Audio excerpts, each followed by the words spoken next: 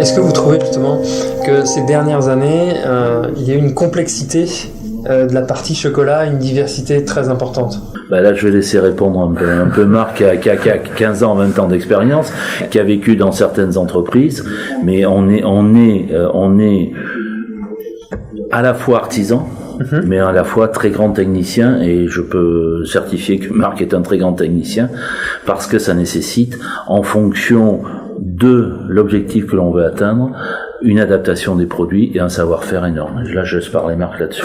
Merci. Donc, oui, effectivement, il y a eu de très très gros progrès par rapport au chocolat, par rapport à la méthodologie. On a eu la chance d'aller visiter ces entreprises personnellement et en interne. Donc effectivement, on s'est aperçu aussi que la méthodologie de la transformation de la fève sur des mêmes lots de fèves pouvait donner des résultats différents. Donc effectivement, c'est là où beaucoup de choses s'expliquent, et techniquement derrière, et je vous le disais tout à l'heure pendant la visite du laboratoire, on a certains, un de nos fournisseurs qui travaillait plus, ils ont plus une méthodologie au niveau de la transformation par rapport à un résultat qu'ils veulent, c'est le résultat de tablette.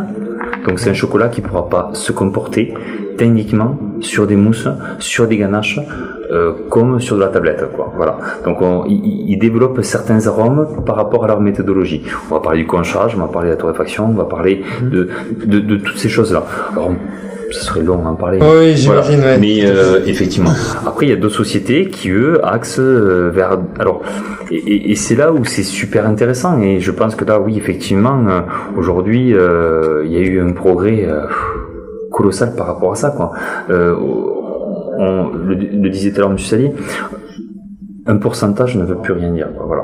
Et aujourd'hui, toutes nos mousses, toutes nos ganaches, tout ce qu'on fait à base de chocolat, même nos décors, eh bien, on peut les travailler avec des crus différents, avec des saveurs différentes qui vont se marier avec nos mousses, nos glaçages et accompagner tout ça, quoi, nos bonbons, voilà. Et comment le client, lui, j'imagine que vous le transposiez en magasin, vous l'expliquez, les vendeuses sont formées par rapport à tout ça. Je vais repasser la même chose. Chaque année, on a 2 journées complètes de formation sur le chocolat. Quand je dis deux journées complètes, c'est sur la définition de la qualité intrinsèque du chocolat et sur aussi la sélection que l'on a faite. On a fait une sélection d'une 30aine de grands crus, de domaines et de chocolats d'exception. On a 3 niveaux de qualité. Et pour nous, le meilleur moyen de le faire passer et le meilleur moyen pédagogique, je dirais, d'expliquer ça à nos clients et de leur faire apprécier la différence, c'est essentiellement à travers les tablettes. La tablette est vraiment le produit d'accueil, le produit pédagogique sur lequel on a travaillé, à tel point que au niveau de la nouvelle chocolaterie qu'on a mis en place, on a travaillé une présentation de nos tablettes avec un petit écran tactile qui fait que chaque fois qu'on présente la tablette, on sait d'où elle vient, quelle est l'espèce de la fève qui a été travaillée, comment elle a été transformée et qu'est-ce que ça donne gustativement en bouche avant qu'ils puissent, je dirais, choisir.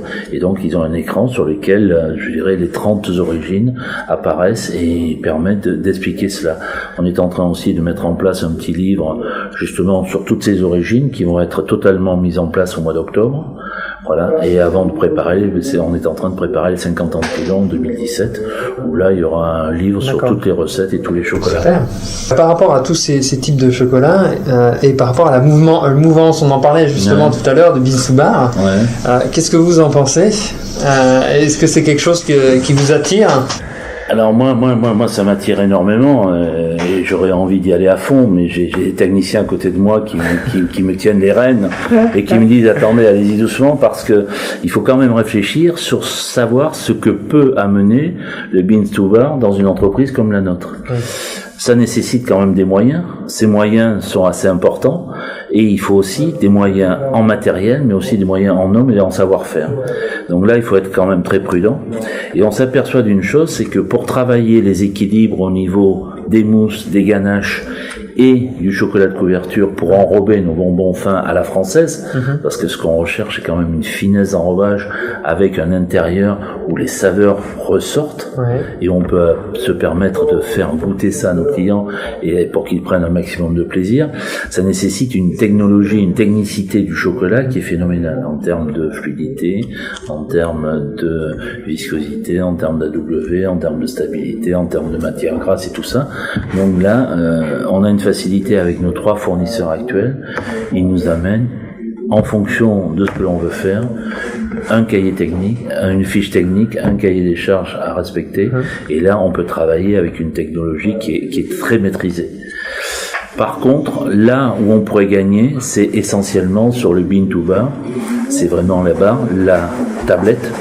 Et parce que cette tablette va nous permettre de pouvoir faire découvrir toutes les vraies saveurs et les saveurs intrinsèques de chaque origine, sans pour autant avoir une trop grande technicité, c'est-à-dire qu'on est sur la valeur même intrinsèque du produit avec son origine, son terroir, son espèce, tel qu'un vin d'origine va sortir un goût fruité, un goût avec une saveur légèrement acide, une petite amertume noble, ainsi de suite. Et on veut rester absolument sur l'origine et non pas faire des blends de chocolat qui m'intéressent pas du tout. Donc c'est vraiment l'origine, vraiment la traçabilité, la haute qualité en fait pour le client. Je veux pas faire du marketing, je veux pas faire des mariages qui font que on peut trouver, on sait marier des saveurs de chocolat, on sait arrondir du chocolat, on sait cacher des défauts, on sait acheter en Afrique pour mettre un peu d'Amérique et trouver que c'est facile, et économiquement se dire ben là je gagne beaucoup d'argent, là ça rentre. Non, moi ce que je veux c'est le respect du producteur et la liaison entre le producteur et le consommateur français pour arriver à avoir vraiment une origine et que cette origine se traduise par un goût, une particularité, et là là c'est mon grand plaisir, quoi. D'accord. La vérité du fruit. La vérité du fruit. Ben oui, c'est tout ça. J'ai simplement une chose à dire. On est prétentieux nous au niveau des hommes, c'est-à-dire qu'on dit qu'on fait le meilleur chocolat du monde. C'est pas vrai, c'est la nature qui nous donne le meilleur chocolat, le meilleur cacao. Nous on fait que le sublimer, c'est tout. Voilà. C'est beau, ça. Voilà ma phrase. Et donc vous voyez, si vous cherchez vraiment quelque chose ou un chocolat vraiment avec une traçabilité, donc les équipes de chez Pilon choisissent méticuleusement les meilleurs fournisseurs. Donc si vous passez par Toulouse et vous êtes à Toulouse, n'hésitez surtout pas à aller dans les maisons Pilon pour découvrir leur chocolat et leur choix. Vraiment haute qualité. Donc ça, c'est vrai à ce sujet.